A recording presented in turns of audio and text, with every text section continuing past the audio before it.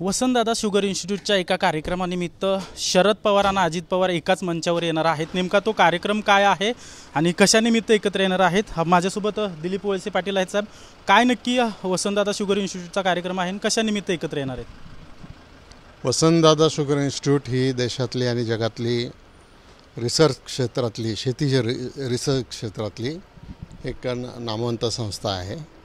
या संस्थेची वार्षिक सर्वसाधारण सभा 23 तारखेला होणार असून त्या सभेमध्ये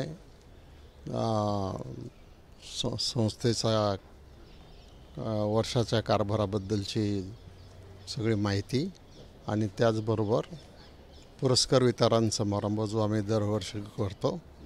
ज्या साखर कारखान्यांनी उत्तम कामगिरी केली त्यांना डिपार्टमेंटला, कर्मचाऱ्यांना, सगळ्यांना त्याच्यामध्ये पुरस्कार दिले जातात।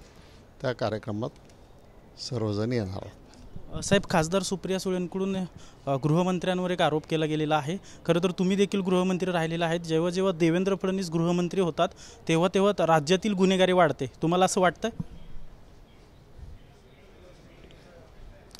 मला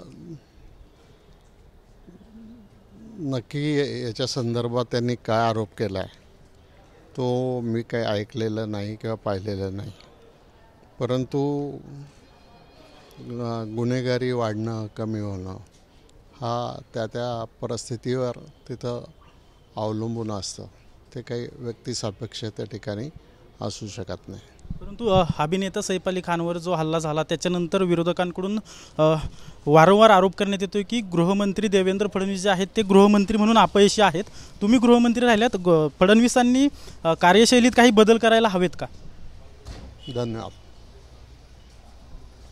काय बदल करणं अपेक्षित आहे? एक ज्येष्ठ नेते म्हणून तुम्ही काय सांगाल? मी कसा सल्ला देऊ, म्हणजे तेही ज्येष्ठ नेते आहेत, त्यांना मी सल्ला द्यायचं काही कारण नाही। वाल्मिक कराडचं जे प्रकरण आहे साहेब, बीडच्या प्रकरणानंतर धनंजय मुंडेंच्या राजीनामा मागणी होते। नैतिकता म्हणून धनंजय मुंडेंनी राजीनामा द्यावा असं वाटतंय? आपण पाहतोय की खरं तर धनंजय मुंडेंच्या प्रश्नावर दिलीप वळसे पाटील जे आहेत ते काहीच न बोलता अगदी निघून गेलेले आहेत। त्यांनी आपली चुप्पी ठेवलेली आहे। कॅमेरा पर्सन विशालसह अजिंक्य धायगुडे, TV9 मराठी, पुणे।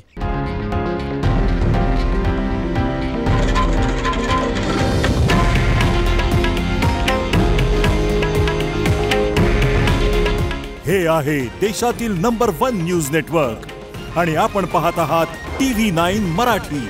काळजी तुमची, हित महाराष्ट्राचं।